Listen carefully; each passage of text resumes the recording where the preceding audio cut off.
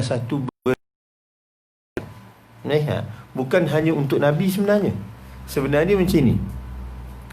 Kalaulah kita seandainya nak masak kek contohnya. Jadi kalau kita nak masak kek, kita tengok je gambar tu, kita buat sendiri. Jadi tak rasa dia, tak jadilah. Mungkin dia jadi dia jadi jadi terbakar banyak ke, ataupun dia jadi lembik ke. Sebabnya kita sebenarnya tak tahu dia punya ukuran ataupun dia punya timbangan tu berapa, tepung berapa, gula berapa, telur, sukatan dia kita tidak tahu. Jalan yang paling mudah sekali untuk berjaya ialah meniru. Kalau kita tiru, dia akan berjaya. Sebiji, kalau kita nak dapat rasa yang seperti ini, maka kita tiru sahaja, maka kita akan dapat rasa seperti ini. Jadi oleh sebab itu, kalau kita tengok kenapa orang selalu berkongsi tentang kejayaan dia. Sebab apa? Sebabnya ialah untuk orang lain boleh meniru apa yang dia buat. Contoh dia, kalau dia kata saya belajar daripada pukul 12 sampai pukul 2 pagi, ataupun ayat hafazan, contohnya orang yang menghafaz Quran, maka dia kata saya tidur awal pukul 10.30 saya dah tidur, 11 saya dah tidur, kemudian pada pukul 4 pagi saya bangun, saya ulang balik apa dia. Jadi dia boleh menghafal. Maksud dia cukup 30 juzuk dengan tempoh 4 tahun, 3 tahun dia dah hafal. Jadi oleh sebab tu kita kena tiru dia punya apa yang dia buat, kaedah dia. Jadi kalau kaedah dia kita boleh tahu, kecuali kalau ada beberapa perkara. Contohnya tepung, ada tepung, jenis-jenis tepung. Tapi kalau kita nak buat kek, kan, tepung yang kita nak buat tu tak ada, kan? Ataupun kita nak masak nasi, kan, ada nasi yang seperti nasi basmati dia contohnya, ataupun beras Amerika, ataupun beras yang kanjinya banyak. Walaupun beras, kita nak buat nasi ayam, dua-dua tu boleh buat, tapi cara masak yang tak sama. Beras, dua-dua beras, tapi cara tak masak sama. Begitu juga dengan orang pun sama juga. Maksud dia, kalau kita nak tiru Rasulullah, ada benda yang tidak sama, tetapi kita mesti pandai macam mana kita nak mengolah dia supaya dia boleh jadi tu. Tapi kalau kita tiru sebiji, pasti akan berjaya. Kalau maksud dia, kalau guna nasi tu sedap dengan guna basmati, maka kita guna basmati, maka kita akan berjaya. Jadi oleh sebab itu, kejayaan, beruntung siapa yang tiru Rasulullah. Sebab apa? Sebab Allah dah beritahu dah, inna fatahna laka fatham mubina. Siapa yang ikut Rasulullah, sebiji macam Rasulullah, dia pasti berjaya. Pastinya berjaya. Jadi oleh sebab itu, ayat ini bukan ditujukan kepada Rasulullah sahaja, tetapi ialah orang yang meniru Rasulullah, maka mereka juga akan berasa gembira dengan turunnya ayat ini. Jadi siapa yang salam, kan, maksud dia kepintaran Rasulullah, kebijaksanaan Rasulullah yang dipanggil fatanah, iaitu terkandung dengan sifat-sifat Nabi SAW. Dia ada siddiq, dia ada amanah, dia ada fatanah, kan. Maka dikumpulkan ke semua 4 sifat tu, dia cuba untuk menjadi keempat-empat sifat tu, dan dia tiru perbuatan Rasulullah, insya-Allah dia akan berjaya. Berjaya kat mana? Jaya di dunia dan juga di akhirat. Maka apabila mereka berjaya menawan Mekah, ataupun apabila baginda berjaya masuk ke dalam Mekah, satu kejayaan bagi baginda, maka baginda membaca ayat ini dengan suara yang lunak, suara yang sedap. Suara yang sedap itu adalah kerana kegembiraan. Suara yang sedap itu adalah kerana kegembiraan. Baik. Jadi Rasulullah SAW, ada waktunya Rasulullah membaca Quran menangis. Ada Rasulullah SAW membaca dengan ketakutan. Ada Rasulullah SAW membaca Al-Quran itu dengan kegembiraan. Jadi kegembiraan Rasulullah baca kena pada ayatnya, iaitu apabila sudah pun berjaya. Itu dia. Jadi Rasulullah membaca dengan suara yang lunak kerana dia memberi kesan dan tepat pada waktunya, iaitu ketika mana Rasulullah berjaya. Baik. Begini, Al-Quran ini, dia nak kalau kita nak gunakan Al-Quran ini, dia ada beberapa elemen. pertama sekali ialah Quran itu sendiri adalah mukjizat. Tapi kadang-kadang walaupun Quran itu mukjizat, tapi kadang-kadang dia tidak memberi kesan. Kenapa? Satu, kenapa dia tidak memberi kesan? Satunya, orang tu tak faham makna. Al-Quran ni, mukjizat ni, bila dia tengok faham makna. Satu. Yang kedua, bila orang tu berilmu. Tapi tidak juga perlu berilmu untuk apa? Untuk mendapat rasa kesan daripada Quran. Kerana apa? Kerana dia faham. Contoh Saidina Umar. Saidina Umar, dia sebelum masuk Islam, dia tak tahu pun apa tu semua. Tetapi bila dia dengar surah Taha, dia memberi kesan dan melemahkan. Dan orang Arab jahiliah pada waktu tu tak faham pun apa isi tentang dalam Al-Quran. Dan tak semua orang faham tentang Quran. Kerana apa? Tingkat daya sahabat ni macam kita juga. Tingkat daya tu berbeza-beza. Ada yang alim, ada yang biasa sahaja, dan sebagainya. Jadi oleh sebab tu, orang yang biasa-biasa sahaja, dia tidak faqih, maka oleh sebab faham Quran. Tetapi mukjizatnya Quran ini, siapa yang faham sahaja, maka dia akan dapat sesuatu yang luar biasa. Itu yang pertama. Yang keduanya ialah dia ada ilmu. Jadi ilmu ni menambah takut, ilmu ni menambah motivasi. Dengan ilmu kita menambah motivasi bahawa kita akan jadi apa? Tentang ganjaran-ganjaran. Kita tahu bila dibaca ayat Quran, disokong dengan hadis kerana kita belajar. Dengan hadis fadail, hadis-hadis kelebihan. Maka dicerita tentang inna fatahna laka fatham mubina. Ada ilmu kita belajar sebelum tu, asbabun nuzul dan sebagainya. Maka dia memberi kesan kepada kita. Tu yang pertama, yang memberi kesan lah. Pertama faham. Yang keduanya ialah ada ilmu. Yang ketiga tepat. Yang ketiganya tepat. Pertama tepat ni ialah tepat pada keadaan. Ayat Quran semua tepat belaka. Tapi cumanya tepat keadaan tu. Tepat keadaan itu ialah apabila seseorang itu insaf. Maka bacalah tentang ayat-ayat tentang keinsafan. Maka dia akan pergi ke hati. Jangan cerita tentang apa? Tentang perkara lain. Tentang hutang ke kan? Iza tadayantum bidainin faktubuh. Apabila kalian berhutang, maka tulislah. Orang tu tengah insaf. Neraka, tepat tak? Tepat. Pada waktu tu nitih-nitih air mata dia. Cerita tentang pengampunan Allah, kan? Allah tu ghafara. Allah tu ghafar. Perkataan dalam Quran. Maka oleh sebab tu apa? Maka menitislah air mata dia. Ketika mana dia rasa seronok dengan apa? Dengan perkara-perkara baik, maka kita baca ayat-ayat tentang syurga Allah Subhanahu Wa Taala. Itu tepat. Itu tepat. Yang kedua tepatnya apa? Tepat yang pertama ialah tepat pada tempat. Yang kedua tepat pada orangnya. Iaitu orang, keadaan orang tu macam mana. Kalau keadaan orang itu memang sangat-sangat membenci Islam, kan? Sama ada dia munafik, sama ada dia kafir. Ingat, ayat tu kita baca macam mana pun tak guna. Dalam apa? Dalam surah Baqarah, sawaun alaihim anzartahum am lam tunzir alaihim apa? Itu korang baca kan? Jadi oleh sebab tu, sama ada kalian memberitahu atau tidak memberitahu, itu tak guna. Sebab apa? Sebab ia tidak tepat orangnya kita beritahu. Jadi tepat pada tempatnya, tepat pada orangnya, tepat pada keadaan orang tersebut. Dan tepat pada keadaan orang tersebut, baru dia memberi kesan. Dan tepat juga orang yang membaca.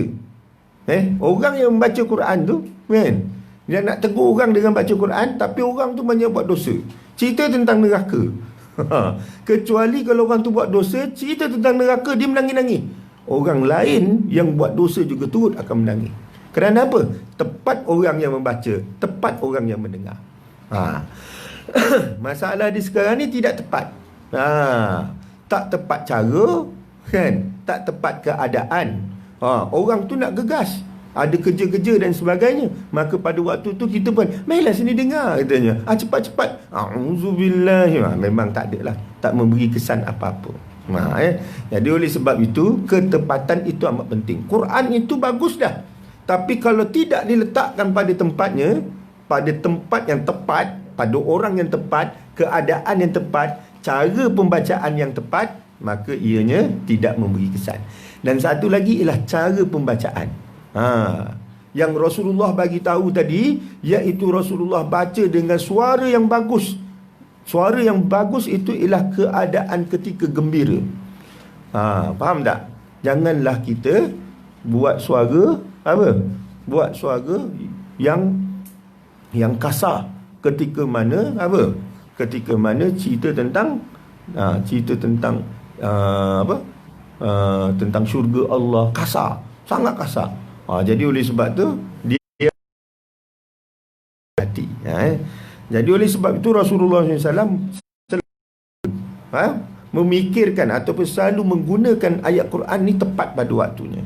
Dengan suaranya, ketika mana Rasulullah SAW melihat kemungkaran, pada suatu Rasulullah SAW suara ni cukup luar biasa, kasar. Tapi tak kalau kita lembut pula, orang melakukan mungkar kita lembut, tak juga memberi kesan. Jadi kesan itu ialah pada ketepatan. Pada ketepatan. Jadi ketepatan ni ketika mana Rasulullah masuk ke dalam kota Mekah, pada waktu tu tepatnya ialah suara Quran yang dibaca oleh Rasulullah tu dalam keadaan menyenangkan, mengembirakan, memberi motivasi. Wa qala Muawiyah bin Qurrah, maka berkatalah Muawiyah bin Qurrah, seorang daripada yang merekod hadis ni, laula ayyashtami an-nasu alayya la akhastu lakum fi zalika saut au qala al-lahn. Maksud dia, seandainya orang tidak berkumpul di sekelilingku, pasti akan aku baca seperti itu, sama indah bacaannya dengan Rasulullah. Al-lahan maksud dia ialah menyanyi dengan nyanyian,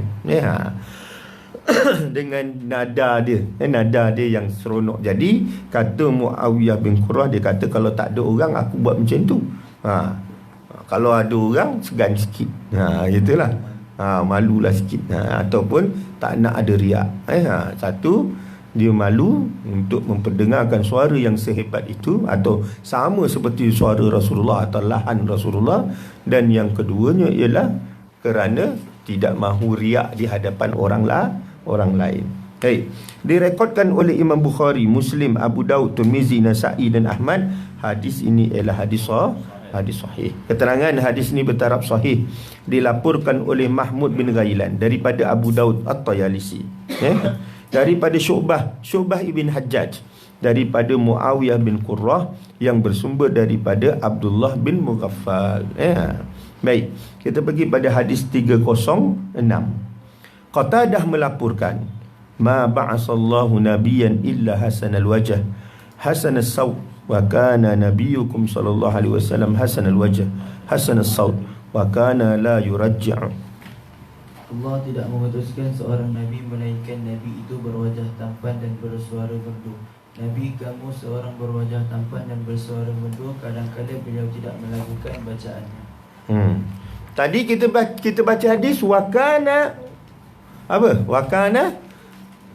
faqara'a wa raja'a. Faqara'a wa raja'a. Maksud dia baca, baginda membaca dan juga melakukan. Dalam hadis ni pula ada waktunya Rasulullah SAW la yurajji'. Maksud dia tidak melakukan. Jadi Qatadah melaporkan, ma ba'asallahu nabiyyan, Allah seorang nabi illa hasanal wajah, melainkan nabi itu berwajah tampan bukan tampan lah, maksud dia baik, wajah yang baik, wajah yang mana orang kalau tengok melihatnya maka akan jadi hilang kekusutan. Itu dipanggil hasanal wajh. Hasanal saut, dan bersuara merdu. Wa kana nabiyukum.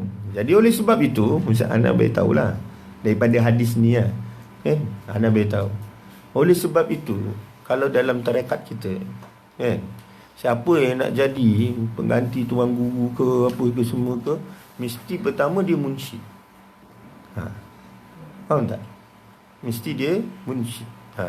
Kalau dalam tarekat kami lah, mesti orang tu pernah membaca di hadapan gurunya.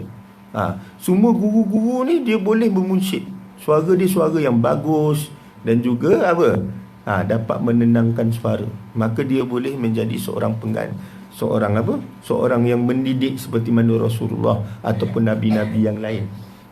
Tapi dalam tarekat kami tu mementingkan, maksud dia kalau munsyid dia akan jadi sebab apa? Sebab dia menendangkan dan dapat menyampaikan perasaan cinta tu kepada orang. Maksud dia bukan sebarang-sebarang. Bukan hanya suara, tak. Walaupun suaranya sedap, belum tentu lagi dia akan jadi seorang pengganti tuan guru, belum. Oleh sebab tu kalau guru kami, dia adalah pembaca tafrid. Dia juga adalah, kalau kadang-kadang kalau orang munsyid, dia sendiri yang akan menyanyi sama. Kenapa? Salah satu daripada cara, salah satu daripada sifat, iaitu orang yang boleh ganti-ganti ni mestilah satu hasanal wajah, yang kedua hasanal saut. Baik. Hasanal wajah ni maksudnya muka dia jernih. Kalau nak jadi tuan guru ni, tengok muka dia jernih, tenang hati. Tu maksud dia, dia boleh jadilah pelapis atau pewaris daripada kenabian. Yes. Bukannya wahyu, tapi ialah perkara-perkara yang berupa sifat dengan sifat Nabi. Dari antaranya ialah hasanah saut. Dengan suara yang baik. Bukan suara yang terjerit-jerit, bukan. Kalau ada yang terjerit-jerit tu bukan. Baik. Wa kana nabiyukum sallallahu alaihi wasallam hasanal wajah, hasanal saut. Nabi kamu semua berwajah tampan. Berwajah yang mana menenangkan. Kalau orang tengok senang, selalu senyum, dan sebagainya. Dan bersuara merdu. Wa kana la yurajji', kadang-kala ia tidak melakukan bacaan. Dia tidak melakukan. Kenapa dia tidak melakukan? Kerana ianya nak menyampaikan tentang satu perkara. Contoh, dia baca khutbah, baginda baca khutbah. Pada waktu itu tentang ayat Quran, maka dia tak melakukan. Macam kita selalulah baca Quran kan, kita ambil syawahid dia, maka kita tak lagukan. Ada kalanya lagu, kan? Ada kalanya lagu, ada kalanya tidak melagukan. Kerana apa? Kerana memberi intibah, kerana memberi peringatan yang kukuh atau peringatan yang kuat kepada orang. Contoh dia kata, kalian hendaklah untuk apa? Bertakwa kepada Allah. Ittaqullah. Haistakunta, di mana saja kamu berada. Kadang-kadang dibacanya ayat Quran dalam keadaan yang begitu. Dalam keadaan macam itu yang tidak dilagukan. Kerana apa? Kerana untuk memberi perhatian, intibah kepada orang. Baik. Kalau kita nak cerita tentang syurga, boleh dilagukan. Nak cerita tentang kegembiraan, boleh dilagukan. Kalau nak cerita tentang neraka, pada saat kita sedang memberi peringatan, pada waktu tu janganlah kita matikan hati orang tu dengan lagu pada waktu tu. Sebaliknya, terus memberi peringatan kepada hati. Baik. Direkodkan oleh Imam Tirmizi. Hadis ni bertaraf daif. Kata Imam Tirmizi, hadis ni bertaraf daif. Dilaporkan oleh Qutaibah bin Sa'id bin Nuh bin Qais Al-Huddani daripada Husam bin Misak, bukan Misak tu. Misak. Misak. Yang bersumber daripada Qatadah. Daripada yang bersumber daripada Qatadah. Qatadah ni mana satu Qatadah ni banyak ni. Qatadah ibn Di'amah Ad-Dabusi. Qatadah ibn Di'amah. Baik, kenapa Qatadah ibn Di'amah ni? Qatadah ni bagus, dia ada ahli tafsir, tapi dia adalah tabi'in.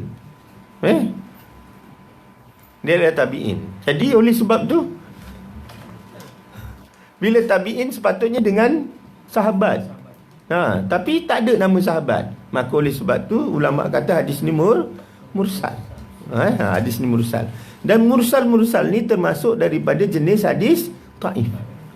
Termasuk hadis dhaif. Tapi tak semua mursal itu dhaif. Tak semua mursal. Ada mursal yang diterima, termasuk dalam Sahih Bukhari itu juga ada yang termasuk. Baik.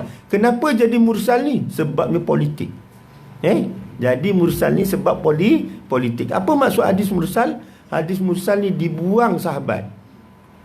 Dibuang perawi sahabat. Dibuang perawinya sahabat. Jadi daripada tabi'in terus kepada apa? Rasulullah. Yang sahabatnya tak ada. Baik, kenapa gitu? Sebabnya ialah banyaknya hadis itu pertama diselewengkan. Itu satu. Yang keduanya, akhirnya apabila hadis yang seleweng terlampau banyak, maka ia menjejaskan sebenarnya yang selewengkan tu bukannya sahabat tu, tapi ialah orang lain. Orang lain ni dia buat-buat, dia kata qala, contohnya qala Ali. Yang buat hadis palsu banyaknya orang Syiah. Jadi oleh sebab itu, untuk supaya hadis ini terselamat, dibuang namanya Ali tersebut. Dibuang nama Saidina Ali. Maka oleh sebab itu terus daripada tabi'in kepada sahabat, supaya hadis tu tidak dianggap sebagai hadis maudhu' ataupun hadis dhaif. Maka oleh sebab itu, bila tidak ada sahabat, maka dipanggil mursal. Kalau terus kepada Rasulullah dipanggil marfu'. Dia ingat tu, dia punya istilah. Maksud dia kalau terus pada Rasulullah, itu marfu'. Kalau terus pada sahabat sahaja, tidak ada Rasulullah, itu namanya mauquf. Tapi kalau ada Rasulullah tapi hilang seorang, iaitu sahabat, namanya mursal. Sama ada ianya pada beberapa orang sahabat. Beberapa orang sahabat, sama ada seorang atau beberapa orang sahabat pada jalan itu, maka dia dipanggil sebagai mursal. Baik. Jadi yang mana sebenarnya jadi dhaif ni? Pertama tadi yang qatadah tadi sebab dia mursal. Yang keduanya ialah Husam bin Misak.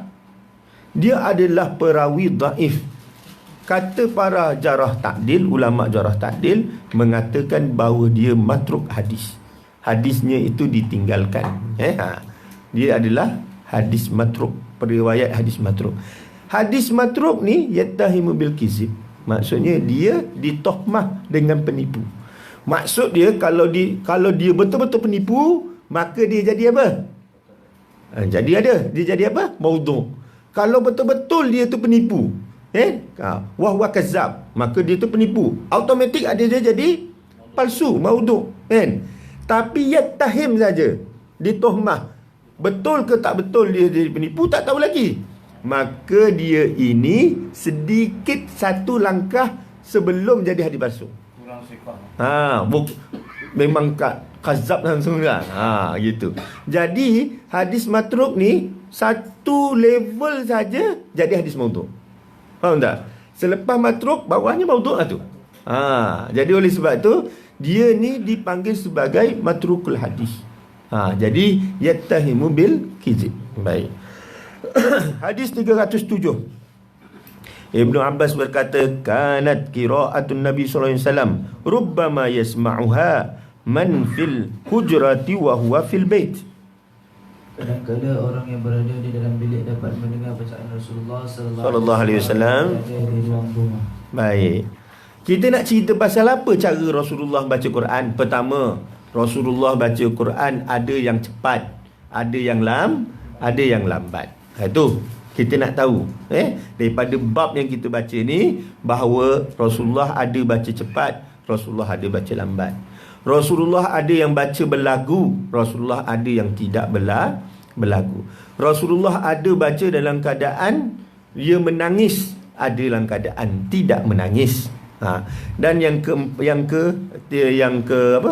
ketujuhnya ialah Rasulullah sallallahu alaihi wasallam ada baca Quran yang kuat, ada baca Quran yang perlahan. Jadi Ibnu Abbas ni berkata, kadang-kala kanat qira'atun Nabi sallallahu alaihi wasallam rubbama, kadang-kala orang yang berada dalam bilik dapat mendengar yasma'uha man fil hujrati wa huwa fil bait, bacaan Rasulullah yang berada di ruang rumah.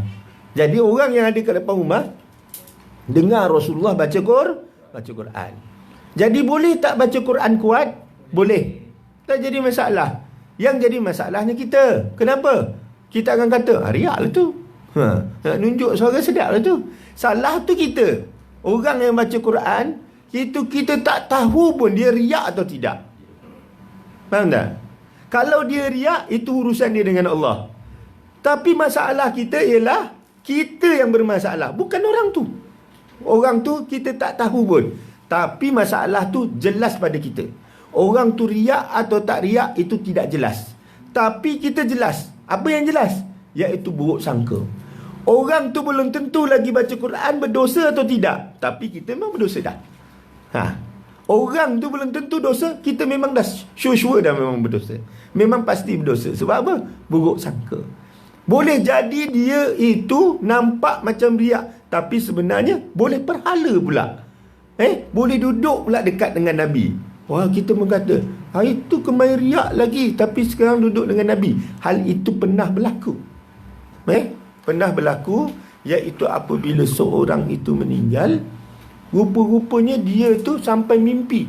Dia orang yang ulama besar, mimpi dia. Dia meninggal biasa-biasa je. Tapi mimpi dia, iaitu Nabi cium dahinya. Biasa je. Tapi kenapa diam, kenapa? Sebab apa? Sebab keadaan yang seperti inilah kita memandang orang tu riak, tapi sebenarnya bertepatan dengan sunnah. Kita kata orang tu syirik, tapi sebenarnya bertepatan dengan sunnah. Orang tu pergi ziarah kubur. Yang kita duk sangkakan dia tu kuburiyun, pergi menyembah kubur. Kan beza. Orang tu baca Quran. Yang kita duk fikir orang tu riak, kan dosa. Jadi dosa kita tu pasti kat kita. Orang tu ziarah kubur, tapi kita pergi kata orang tu menyembah kubur. Itu pasti dosa kat kita. Jadi oleh sebab itu, apa yang kita belajar ni ialah Rasulullah menunjukkan boleh aja apa keadaan sebenarnya. Apa juga keadaan yang mendekatkan diri kita kepada Allah, maka boleh. Tak jadi masalah. Kuat ke, perlahan ke, menangis ke, suka ke, apa saja, ianya memberi manfaat kepada kita. Baik.